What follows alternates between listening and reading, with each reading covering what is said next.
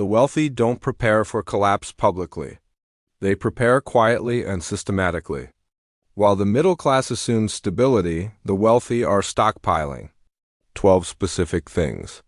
Every time. Without exception. This isn't speculation. This is observable pattern. The wealthy have information advantage. They understand economic systems. They recognize collapse patterns early because they study history and understand the mechanics. They see warning signs that others miss. When they recognize those signs, they begin preparing systematically. The preparation isn't random. It's deliberate. It's strategic. It's based on understanding what survives collapse and what doesn't. The same 12 things are acquired before every collapse. In Argentina, before 2001, wealthy Argentines acquired these things. In Venezuela, before 2014, wealthy Venezuelans acquired these things. In Lebanon, before 2019, wealthy Lebanese acquired these things. This preparation saves them. The middle class doesn't recognize what's happening until too late. By the time they understand collapse is coming, options have closed. The poor often survive through different mechanisms: community networks, informal economies, practical skills. But the wealthy survive through systematic preparation. What are these 12 things? And more importantly, why does every wealthy person who survives collapse have them in common? When the local currency becomes worthless, the wealthy have foreign currency and foreign banks. The middle class has only local currency and local banks.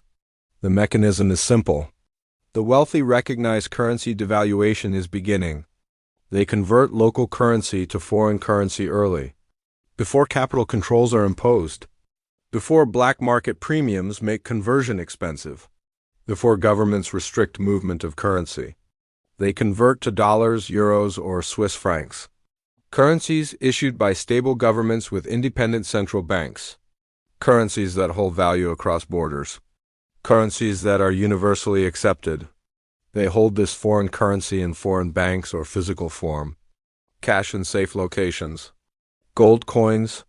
Physical precious metals. The foreign currency is held outside their home country, outside reach of their home government, outside reach of capital controls. When local currency collapses, they still have purchasing power. They can buy what they need. They can trade for goods and services. They can move internationally if necessary. The middle class doesn't convert until too late. They wait until currency devaluation becomes obvious. They wait until inflation is undeniable. They wait until prices are tripling. By then, capital controls are usually imposed.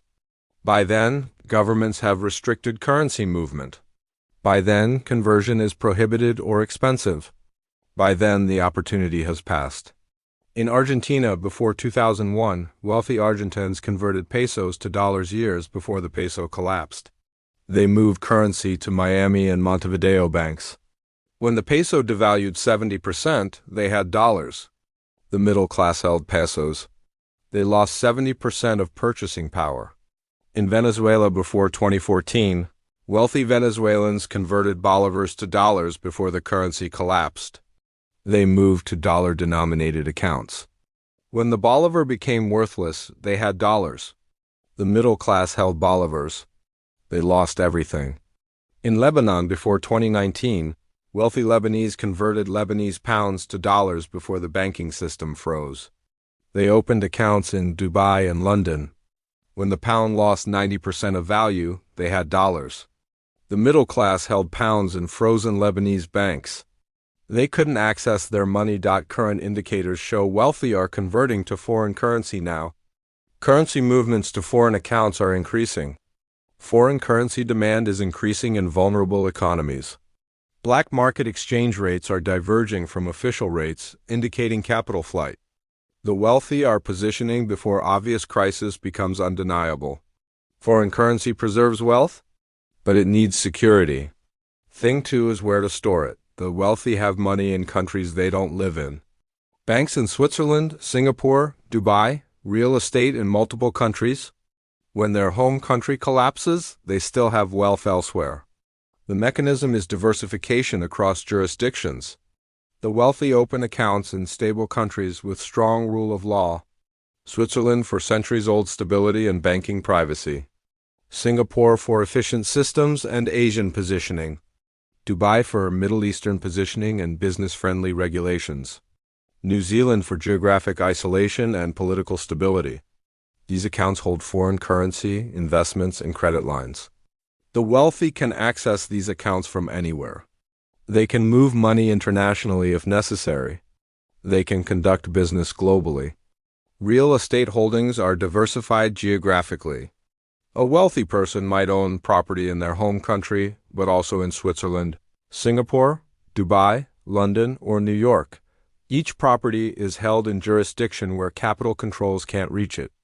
When home country currency collapses, they can sell property or move to it. Each property is an option. Each property is insurance. Diversification across multiple political systems is critical. If one government fails, others remain stable. If one currency collapses, others hold value. If one country becomes unstable, relocation is possible. The wealthy aren't betting on single government. They're betting on having options regardless of which government fails. Wealth outside reach of home government means capital controls don't matter. When governments impose restrictions on moving money, the wealthy have already moved it. They have accounts their home government can't touch. They have assets their home government can't seize. They have options their government can't restrict. The middle class is concentrated in single country. All assets are in home country. All bank accounts are in home banks. All real estate is in home country. All income is in home currency. When home country fails, they have no alternatives. They're trapped. Historical evidence confirms this pattern. German industrialists had Swiss accounts before World War II. When Germany became increasingly unstable, they had wealth in Switzerland. They could relocate or access funds. Wealthy Argentines had accounts in Uruguay and Miami before 2001. When Argentina collapsed, they had dollars and access to accounts outside Argentina. They could survive or relocate. Wealthy Venezuelans had Dubai and London accounts before 2014. When Venezuela collapsed, they had access to foreign wealth. They could migrate or conduct business elsewhere.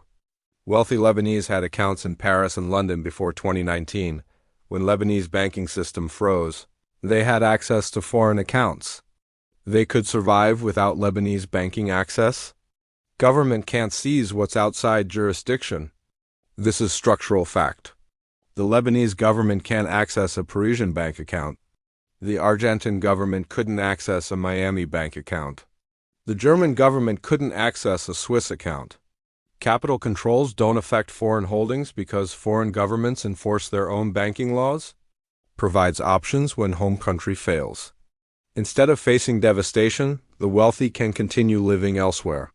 Enables continuation of lifestyle elsewhere. The wealthy can relocate and maintain standard of living through foreign assets. Middle class has no alternatives.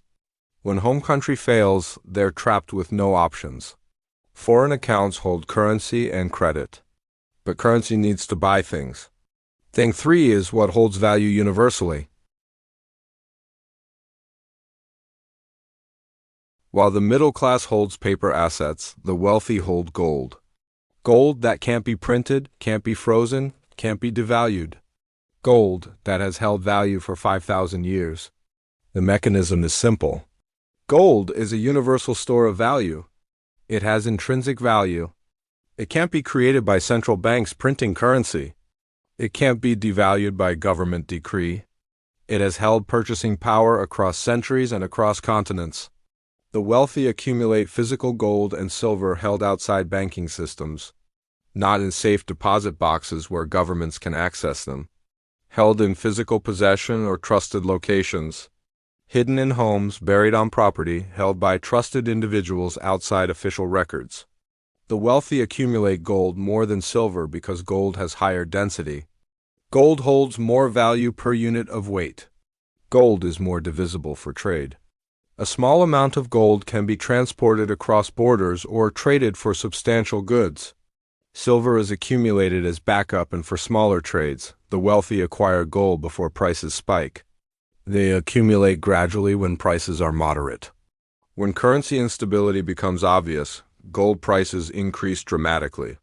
The wealthy who have already accumulated gold benefit from price appreciation. The middle class discovers gold too late. By then, prices have tripled. They can't afford to buy. The gold that wealthy acquired at $100 per ounce is worth $300 per ounce. The middle class can no longer participate. Physical gold can be transported, traded, or bartered. If circumstances require relocation, gold can be carried. It doesn't require institutional intermediaries. It can be traded directly. It can be bartered for goods and services. Unlike bank accounts that are frozen, gold in physical possession can always be used. The middle class doesn't understand precious metals. They hold stocks, bonds, real estate, currency, all paper or digital assets, all vulnerable to seizure, freezing, or devaluation. They don't own physical gold. They don't understand its value. They dismiss it as old-fashioned. They believe paper assets are safer. They're wrong. Historical evidence confirms this. Wealthy Germans held gold before Nazi seizure attempts. When gold confiscation orders came, wealthy who had hidden gold kept it. Wealthy who kept gold in banks lost it. Wealthy Indians held gold through centuries of currency changes. When rupees devalued, gold held value. Wealthy Arabs held gold through multiple currency collapses. When various currencies failed, gold retained purchasing power. Wealthy Asians accumulated gold before the 1997 currency crisis. When Asian currencies collapsed, those with gold survived. Those without were devastated. Current indicators show gold accumulation is accelerating.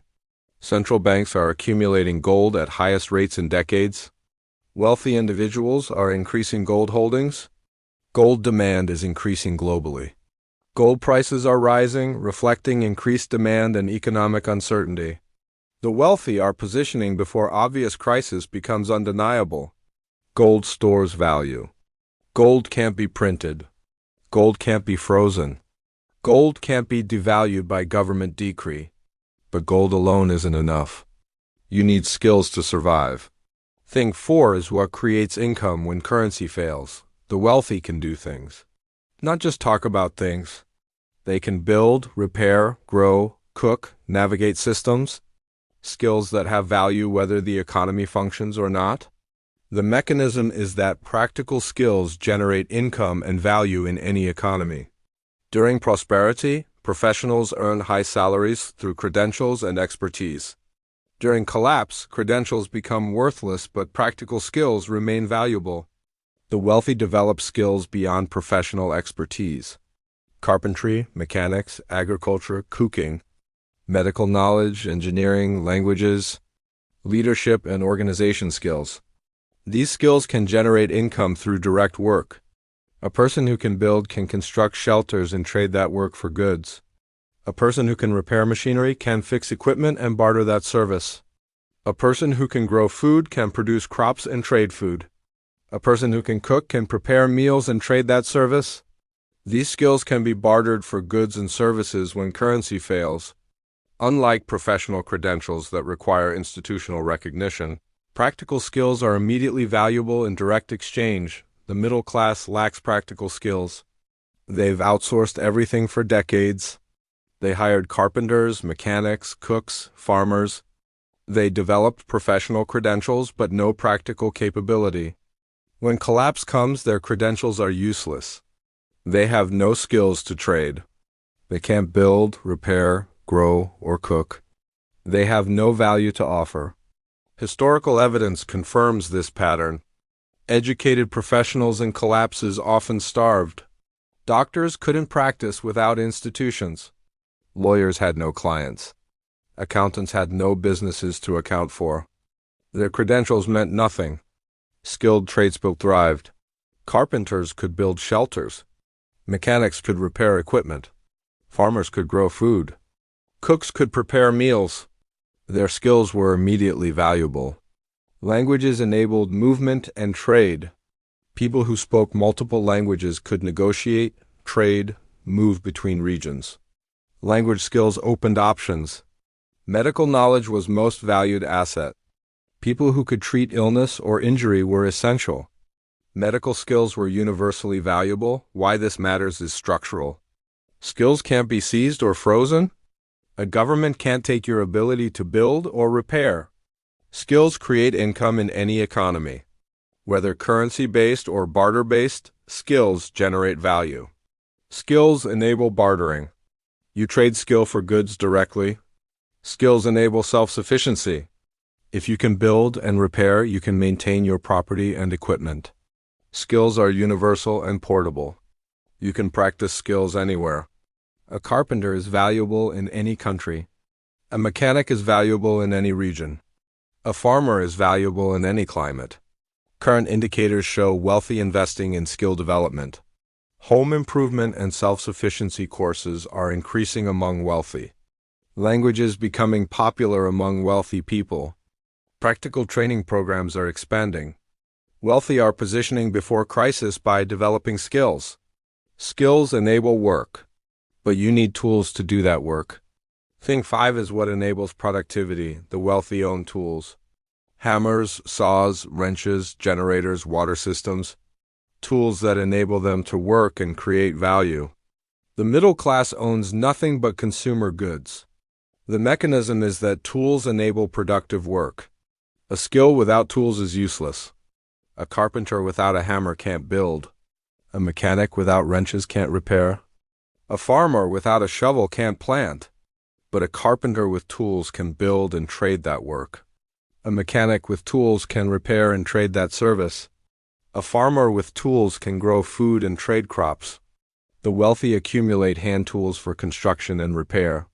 Quality hammers, saws, chisels, levels, measuring tools. Agricultural tools for farming and gardening. Shovels, hoes, rakes, spades, plows. Mechanical tools for equipment repair.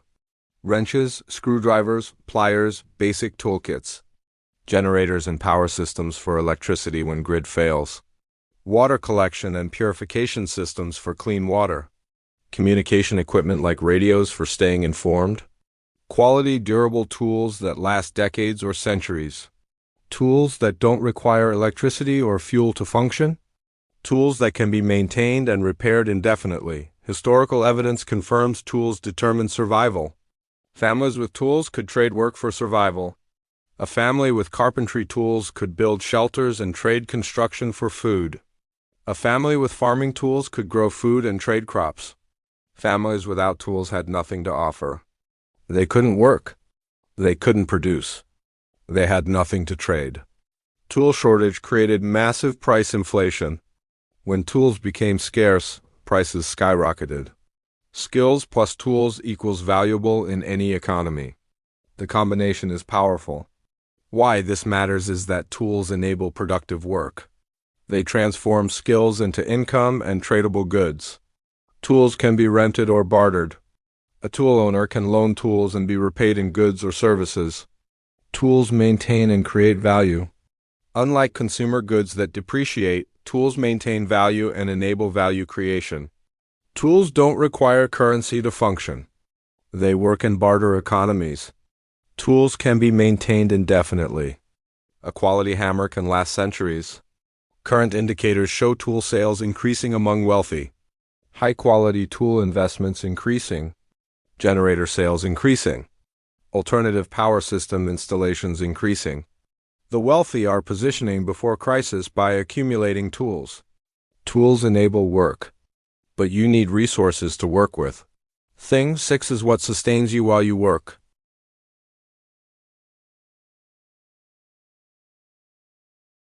The wealthy own land. Land that produces food, has water, can be defended. Land they paid for, not borrowed for. The middle class rents or has mortgages they can't pay. The mechanism is that land is the ultimate asset. Land can't be printed. Land can't be devalued by central bank decree. Land has intrinsic value because humans need shelter and food production. The wealthy own land with water access. Water is essential for survival. A property with well water or river access is security during supply chain breakdown. Water access means food can be grown. Water access means livestock can be maintained. The wealthy own land suitable for agriculture.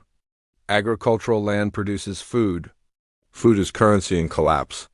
Food is essential for survival.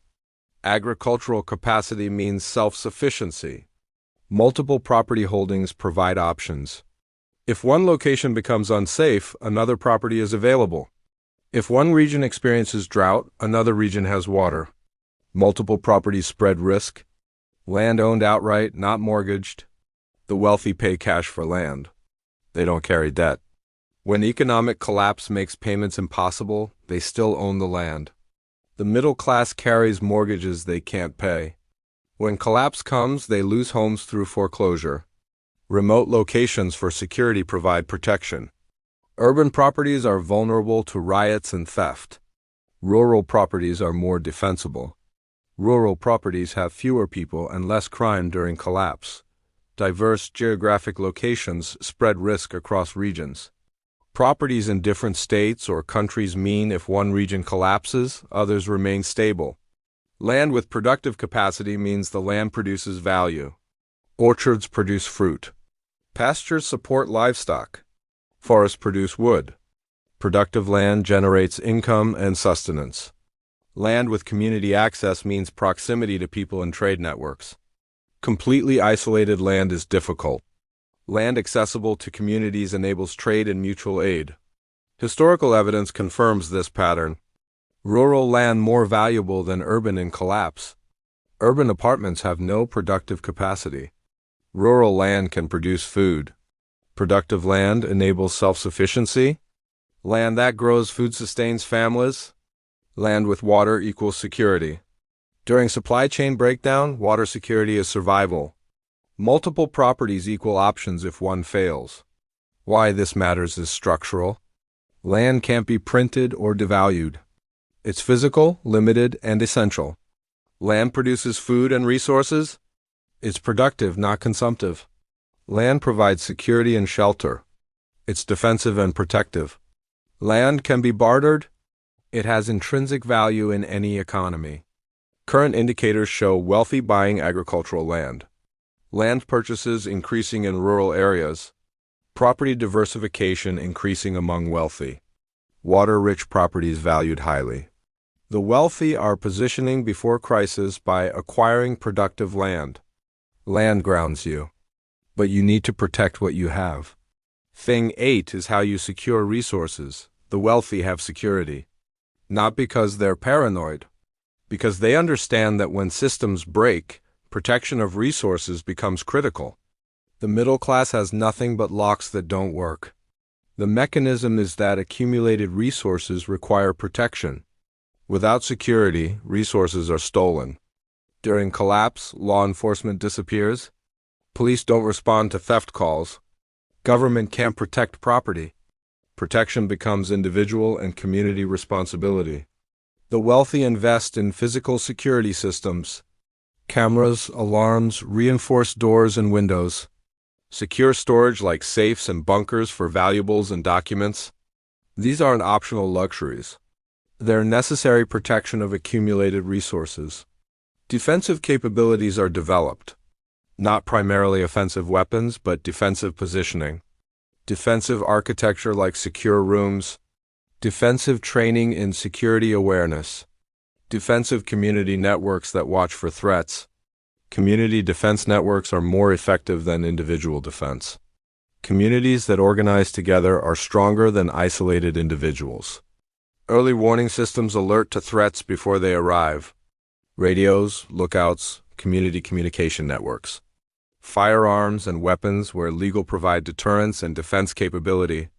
Security awareness training teaches recognition of threats and appropriate response.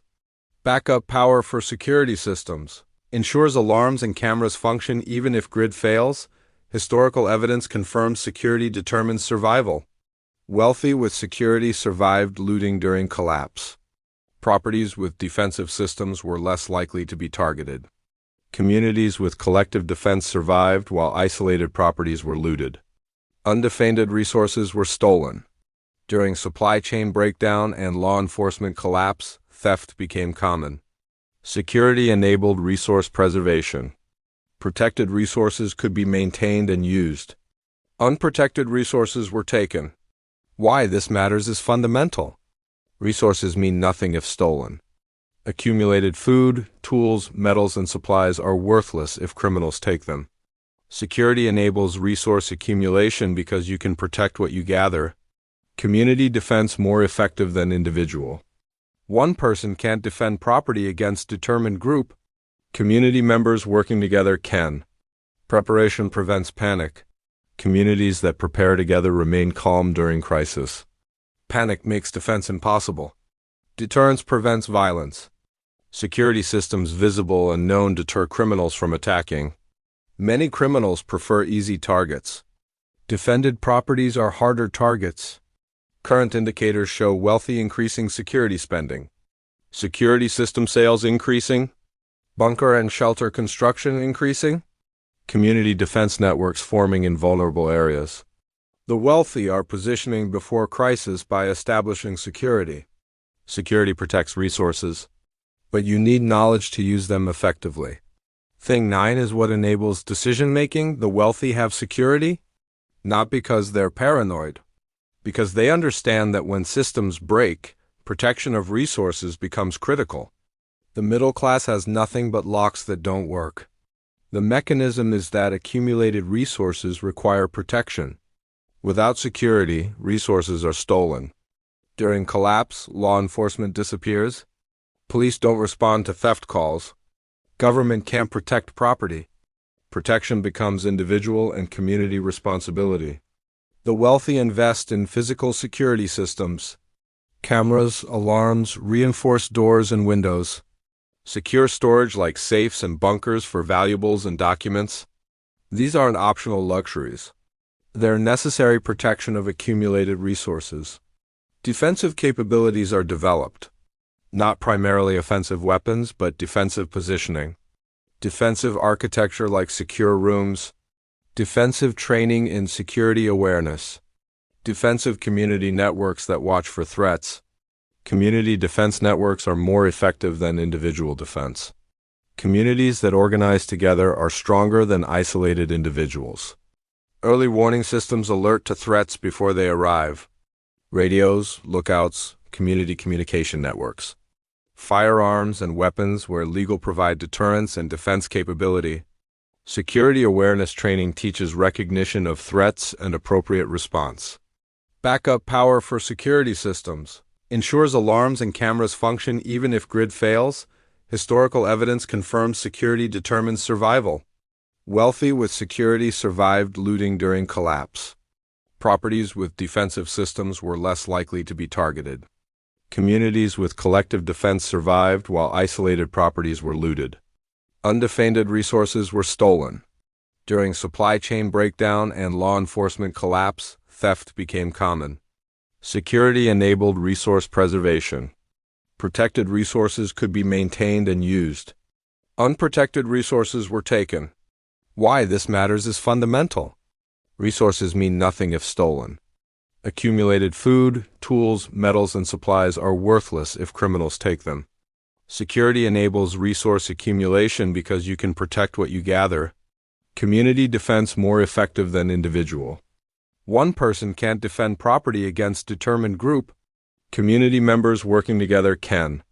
Preparation prevents panic. Communities that prepare together remain calm during crisis. Panic makes defense impossible. Deterrence prevents violence. Security systems visible and known deter criminals from attacking. Many criminals prefer easy targets.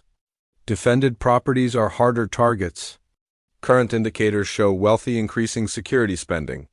Security system sales increasing. Bunker and shelter construction increasing. Community defense networks forming in vulnerable areas. The wealthy are positioning before crisis by establishing security. Security protects resources, but you need knowledge to use them effectively. Thing 9 is what enables decision-making.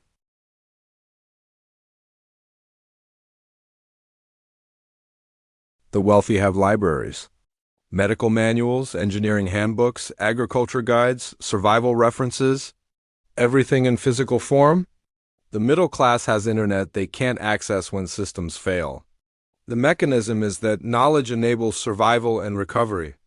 During collapse, internet disappears. Electricity might not exist. Servers are offline. Digital information is inaccessible. Physical books preserve knowledge in form that survives system failure. The wealthy accumulate medical reference books.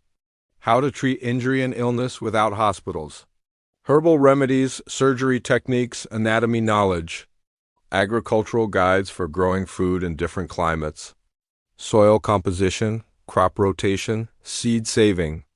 Engineering and construction manuals for building and repair. Navigation references for travel without GPS. Survival guides for emergency situations. Food preservation guides for canning, drying, salting. Historical knowledge preserving lessons from the past. Languages and technical references for communication and specialized work. Maps and geographic information for navigation. Historical evidence confirms knowledge determines recovery.